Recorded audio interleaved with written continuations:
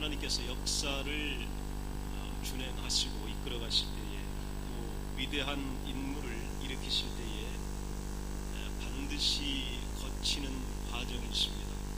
그리고 통과해야 되는 사건, 반드시 지나야 되는 장소가 있습니다. 연약하고 또 미련하고 죄 많은 인생을 하나님의 종으로 사용하실 때는 결코 그냥 사용하시는 것이 아니라 반드시 하나님을 만나게 하시고 또 변화시키셔서 하나님의 위대한 종으로 사용하십니다. 오늘 읽은 그 사사기는요, 이스라엘 백성들이 애굽을 나와서 모세의 인도 가운데 40년간 광야 길을 지나면서 강도 높은 훈련을 받게 되고, 또 드디어 요단강을 지나서 그렇게 꿈에도 그리던 가나안 땅, 젖과 꿀이 흐르는 땅에 가서 드디어 정착하고 그곳에 살고 있는 가나안 족속, 이방 족속을 물리치며 사는 시기를 가리킵니다. 그러나 몇백 년 동안 그들은 왕이 없는 상태에서 지나게 됩니다. 때로는 위기를 만나고 또 외부의 적들이 침입해 와서 그들의 생명을 죽이고 약탈해가는 현상들이 또 자주 일어나게 됩니다. 이때 하나님은 이스라엘 민족을 구원하시기 위하여서 즉 사사를 일으키십니다. 사사는 누구냐면 군대 장관도 되고 또 재판관도 되고 선지자도 되고 제사장도 되는 이런 하나님의 종을 사사라고 합니다. 정해져 있는 것이 아니라 하나님께서 그때그때에 필요할 때에 또 중요한 사건이 있을 때에 사사들을 일으키십니다. 대표적인 사사들이 여러 명이 있습니다. 어떤 사사는 한 절로 끝나는 경우가 있어요. 어떤 사사가 일어났다 그리고 또 몇 년간 통치했더라. 그러나 어떤 중요한 사사들은 몇 장에 걸쳐서 소개가 되고 그의 위대한 사역이 우리들에게까지 자세하게 오늘도 전달되고 있습니다. 그 중에 하나가 기드온이라고 하는 사사입니다. 오늘 사사기 6장 11절에 보게 되면 므낫세 지파 아비에셀 사람 요하스의 아들이다. 성경은 이렇게 이야기합니다. 이스라엘의 5번째 사사로 40년 동안 일하였다. 하나님이 맡겨준 사역을요 40년 동안 때로는 60년 동안 일한 종들이 있습니다. 위대한 축복이에요. 여러분, 세월이라고 하는 것이 얼마나 힘든 여정인지를 잘 알고 계실 겁니다. 그러나 40년 60년 동안 변함없이 하나님의 신실한 종으로 그 사역을 감당하는 데는 하나님의 위대하신 도우심이 있어야 합니다. 오늘 기드온에게는 이러한 위대한 일들이 일어나게 됩니다. 하나님은 위기 때 위대한 사람을 키워 사용하시고 또 세워주십니다. 그러나 하나님이 기드온을 처음 불렀을 때 기드온은 어떤 사람이었냐면 정말로 겁쟁이였습니다. 정말로 두려움이 많은 존재였습니다.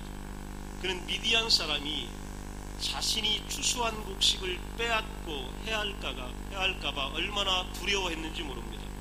그래서 수확한 곡물을 타작을 할 때에 타작마당에서 보통 수확한 곡물을 타작해야 되는데 혹시 저기 와서 뺏어가고 나를 해치면 어떨까라고 하는 걱정 때문에 창고에 들어가서 곡물을 털었다. 성경은 오늘 그렇게 이야기하고 있습니다. 얼마나 남자가 겁이 많으면요 이 타작한 것 가지고 창고에 숨어서 몰래 털었다. 성경은 그렇게 기록했겠습니까? 여러분, 이런 존재가 우리 같은 존재입니다. 겉으로 볼 때는 강인해 보이고 때로는 굉장히 튼튼해 보이고 자신만만해 보이지만 오늘 내게 닥쳐올 적들과 문제 앞에서 걱정하고 숨고 싶고 그리고 해가 당할까봐 두려워서 안절부절 못하는 존재, 이것이 바로 연약한 우리 인생입니다. 오늘 하나님께서 우리 인생을 부르시는 거예요. 오늘 우리는 지금도 떨고 있는 겁니다. 이민생활이 두렵습니다. 재정 문제가 두려운 것이 사실입니다. 자녀들의 문제가 걱정되는 것이 사실입니다. 때로는 신앙의 앞날이 두려운 것도 사실입니다. 그리고 건강도 두렵습니다. 어찌 될지를 모르겠습니다. 오늘 내 재산을 내가 유지해야 할지 아니면 빼앗길지 그것도 두렵습니다. 사람들이 나를 어떻게 평가할지 그것도 두렵습니다. 어떤 적들이 나타나서 나를 한순간에 무너뜨릴지 그것도 두렵습니다. 나의 명성과 내가 지금까지 성취한 것들이 일순간에 무너지지 않을까 그것도 두렵습니다. 오늘도 가난한데 더 가난해질까봐 두려운 겁니다. 오늘도 병들었는데 더 병들을까봐 두려운 거예요. 오늘 이 상태에서 죽을까봐 걱정하는 것이고, 모든 것을 잃어버리면 어떻게 하나, 이것이 걱정입니다. 사람들이 나를 어떻게 평가할지 그것도 걱정입니다. 이런 인생 가운데 하나님은 찾아오시는 겁니다. 기드온이 원래 이런 인생이었어요. 두려웠습니다. 걱정이 많았어요. 숨었던 인생입니다. 그런데 두려움에 사로잡혔던 사람을 하나님께서 불러주신 겁니다. 12절에 보면 이렇게 되어 있습니다. 여호와의 사자가 기드온에게 나타나 이르되, 큰 용사여, 여호와께서 너와 함께 계시도다. Lord is with you, mighty warrior. 성경은 이렇게 이야기합니다. 여호와가 너와 함께 계시도다. 큰 용사여. 오늘 두려워하고 있고요, 숨어 있고 벌벌벌벌 떨고 있는 기드온을 향하여 하나님이 mighty warrior 이렇게 불러주시니까 기드온이 얼마나 멋지겠겠어요. 얼마나 창피했겠습니까? 얼마나 안절부절 못했겠어요. 나는 그런 존재가 아닌데, 솔직히 나는 작은 존재고 떨고 있는 존재인데 하나님이 찾아오셔서 하시는 말씀이 너 큰 용사야 이렇게 불러주시는 겁니다. 스스로 의기소침에 빠져있던 자신을 향하여 그렇게 불러주실 때에 기드온은 어찌할 바를 몰랐습니다. 하나님께서는 기드온을 부르실 때에 현재 그의 상태를 보고 부르신 것이 아니라 하나님이 들어쓰실 앞으로의 미래의 모습을 보시고 큰 용사여 이렇게 불러주시는 겁니다. 오늘 여러분, 우리의 죄, 때로는 우리의 패배, 우리의 좌절, 우리의 한숨과 눈물과 절망 가운데 찾아오신 주님은요, 오늘 우리의 현재 상태를 보고 말씀하시는 것이 아니라 하나님이 여러분과 함께 하셔서 어떻게 하실지를 보시고 우리를 불러주시는 겁니다. 여러분을 축복하시겠다고 약속하신 하나님은 여러분을 반드시 축복하시는 겁니다. 여러분을 큰 용사로 세우시겠다고 하시는 하나님은 여러분을 크게 사용할 계획을 갖고 계시기 때문에 오늘 그렇게 부르시는 겁니다. 오늘 이 하나님의 음성을 들으시기 바랍니다. 오늘 여러분 두려운 존재가 아니라 마이티 워리어 하나님 부르고 계십니다. 큰 용사야 일어나라 오늘 말씀하고 있습니다. 연약한 존재, 작은 존재가 아닙니다. 하나님은 여러분의 미래를 보고 계시고 하나님이 함께 하시는 위대한 영광의 모습을 보고 계시기 때문입니다. 하나님께서 죄인된 우리를 향하여 의인이라고 부르실 때도 마찬가지였습니다.